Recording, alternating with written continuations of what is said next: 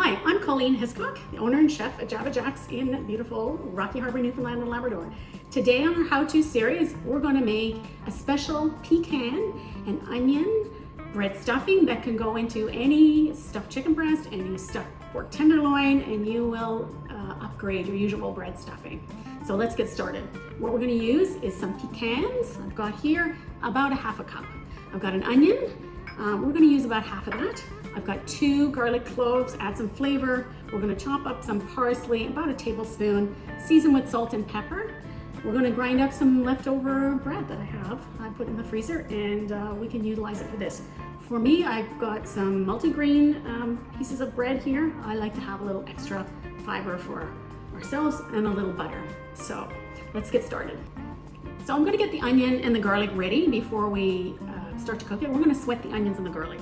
So essentially half an onion, half a medium onion.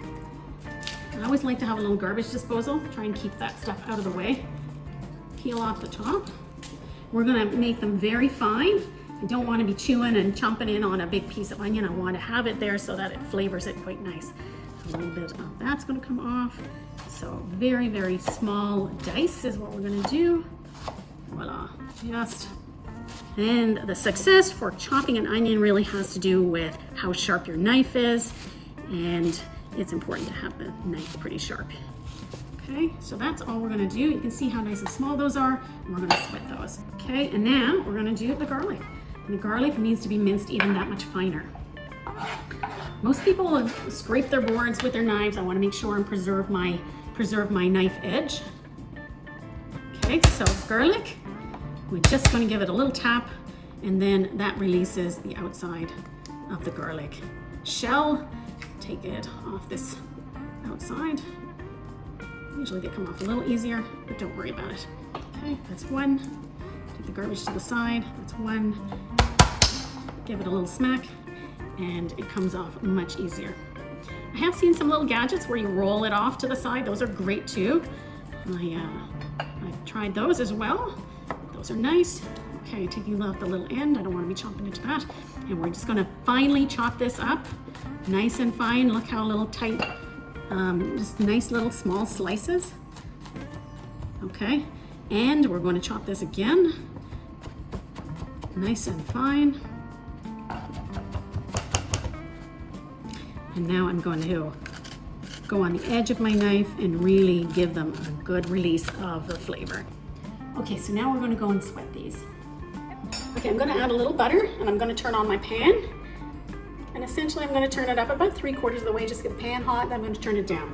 I do not want to have the vegetables burn. I just want to sweat them, make them translucent, and get some flavors. Okay, so here we are. Now the pan's looking bubbling nicely with my butter. I'm just going to add in here the onion, and we're going to sweat the onion. I'm going to wait for that to get a little translucent before I add the garlic. Okay, so my onions are looking fairly translucent. I added a little bit of butter, so I have about 2 tablespoons of butter in here, and I'm going to add my garlic. Here's what we've got. Now I'm just not going to worry too much about having the garlic completely cooked because I do not want to burn it. So now our onions and garlic are ready. So I'm going to just blend up a little bit of my breadcrumbs. I want to show you the consistency of them. It's going to be a little noisy. Oftentimes the breadcrumbs that you get commercially at the grocery store are a little bit too fine. I want to be able to have this type of consistency. So this type of consistency. So some crumb, but a little bit of texture in here as well. I only need about a cup, so I'm just going to blend up a few more. Okay, so we're going to put the onions and the garlic into the breadcrumbs here, and you can see the butter and everything's going in. This is really great. Okay, so that's ready to go. Now we're going to add some parsley and some pecans into this with some salt and pepper. It's about a tablespoon of parsley we're going to put in here. And I'm going to rough chop these pecans. I wouldn't chop them in a blender because I want some of these pieces. I don't want too many fines in there. I want some distinct and be able to control the piece size. So again, because it's going as a stuffing, I want to be able to have some distinct pieces. You know, for every bite you're going to get, every bite of stuffing, you're going to get some pecans. So here we have some here. that in. Chop the rest of. There's a lot of pecans. If you don't like too many pecans, the flavor will go through the meat lovely. But if you don't like too much, just go with half the amount. So in here, I have pecans, the parsley to add a little green color. I've got some bread, crumbs, the onions, and the garlic all set to go. We're gonna add some cracked pepper. Really season it up nice. Okay, and some fresh ground sea salt in here. And we're going to taste it, make sure that it tastes pretty good.